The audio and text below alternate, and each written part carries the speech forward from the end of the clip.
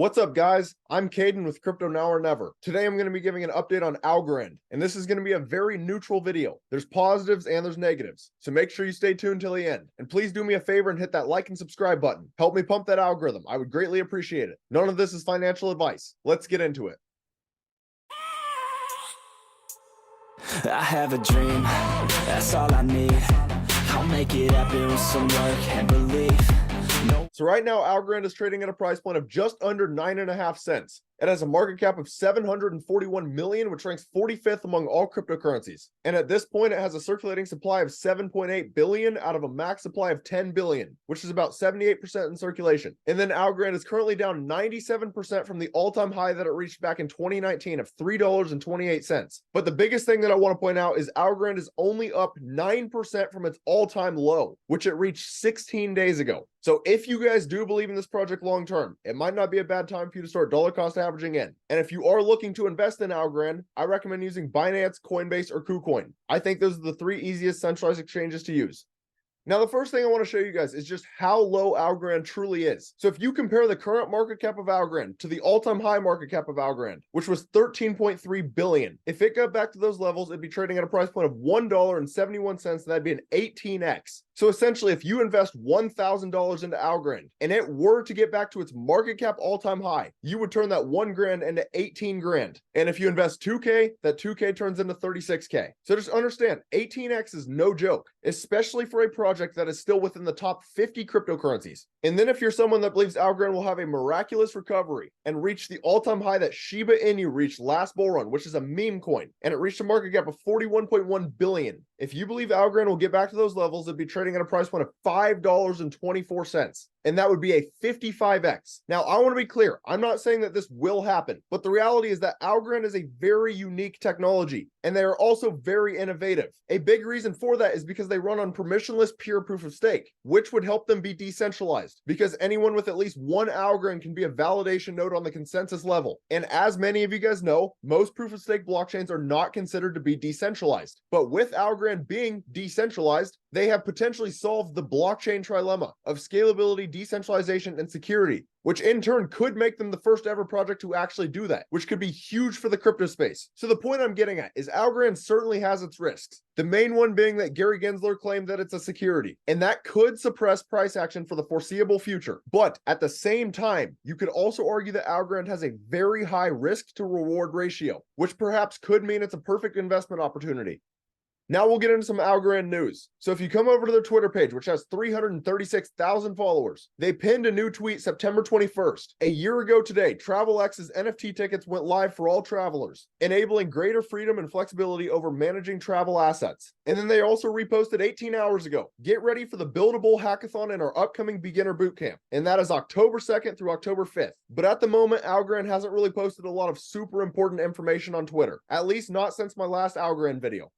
But next, I want to talk about this article that came out September 3rd, which I haven't actually covered yet. So Pact loses main dev, who says Algorand projects are uninvestable. And this is kind of what I meant by a neutral Algorand update. So Pact's core developer left the 10.5 million Algorand project, saying it has funding problems. The largest decentralized exchange on the Algorand blockchain is reeling from a scandal involving a former community manager who was accused of rigging a giveaway. And it has lost its core contributor who says the project faces a bleak financial outlook. So obviously, rigging a giveaway is terrible. Now, I will be the first one to say that it does not surprise me, and I want to be clear, that is not a slight at Algorand, but I am someone who has always believed giveaways are potentially rigged. It just seems like a big marketing tactic to me, but I won't go through the whole article. The point I'm trying to make is simply there is a lot of very bearish news surrounding Algorand right now. It has a very negative sentiment, but at the same time, there was also a very negative sentiment around Bitcoin at one point. So just understand, everything can change in the blink of an eye. If large institutions decide to start pumping Algorand, all of this negativity will vanish. That's just how crypto works.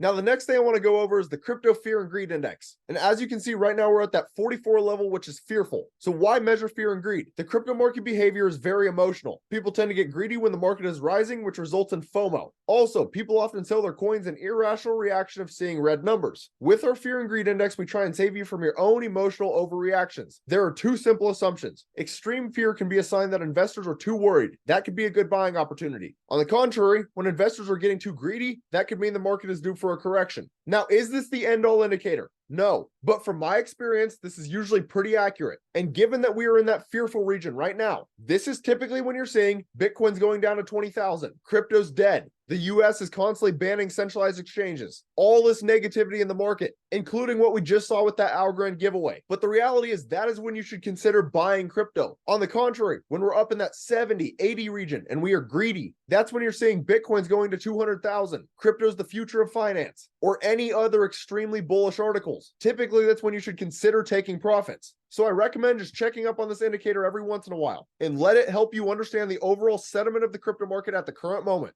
Now, for the final part of this video, we'll get into a little bit of technical analysis. And believe it or not, this is where things actually start to get a little more bullish for Algorand. So the first thing you guys may notice is that Algorand had pretty much a textbook rising wedge that broke down, and it actually broke down almost perfectly to the measured move. Now, I'm not going to say that I called this one because I didn't actually check up on the Algorand chart, but this is one of those cases where technical analysis played out perfectly. Now, that being said, the stochastics had gotten extremely overbought and are now starting to come back down and reset. And the same goes for the RSI. It was also getting overbought and is now starting to reset. Now, what's bullish on Algorand is that we actually closed a candle and created a new local high. And this is important because if you look at previous price action, we went from higher high to lower high and higher low to lower low. And again, now we've created a new local high. So as long as price action does not come back down and create new local lows, then I will be bullish. But to that point, I also would like to see price action end up staying above the 21-day moving average. If it does break back beneath that, I might have to change my tune. Right now, it's pretty much trading on the 21-day. So I guess that could go either way. But just the overall reality of Algorand right now is that it has gotten absolutely decimated. As I showed you in the beginning of the video, it is only up 9% from its all-time low. If you guys believe in this project long-term, it seriously might not be a bad time for you to start dollar cost averaging in. Obviously, that's not financial advice. Do what's best for you. But Algorand may not go much lower than this. Yet at the same time, just keep in mind, Algorand and the rest of the crypto market, for the most part, are tied to Bitcoin. If Bitcoin rises, most will rise. If Bitcoin falls, most will fall.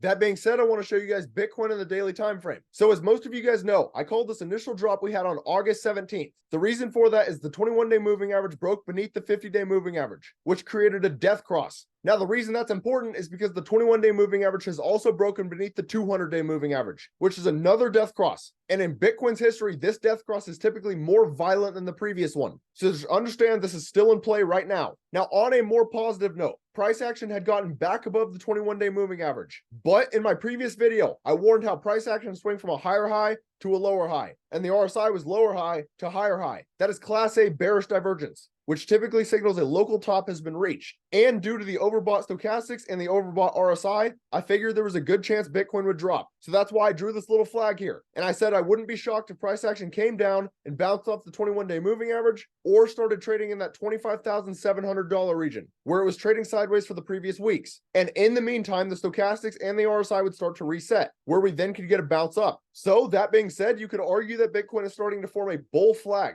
which break up 68% of the time, and it has a measured move to about 28,500. Now, measured moves do not always play out, but due to the overbought stochastics, there's definitely a chance that this does. And I also want to be clear, I will not be bullish on Bitcoin in the short term until it gets back above $28,000. That has been heavy resistance in the past, and it would also get Bitcoin back above quite a few of the moving averages, which would be bullish. But as I say in every single one of my videos, it is critical that you understand macroeconomics significantly outweigh technical analysis. So if all of a sudden the BlackRock Bitcoin ETF were to get accepted, that could skyrocket Bitcoin, Algorand, the entire crypto market. On the contrary, if it gets rejected or some extremely bearish news comes out, that could tank the entire crypto market. So I recommend just having a long-term outlook. Realize that anything can happen in the short term, and don't get so caught up on short-term price action. But that's about all. Let me know down in the comments, how high do you guys think Algorand could go next bull run? If you found this content valuable, please do me a favor and hit that like and subscribe button. Thank you guys for watching. Have a great rest of your day.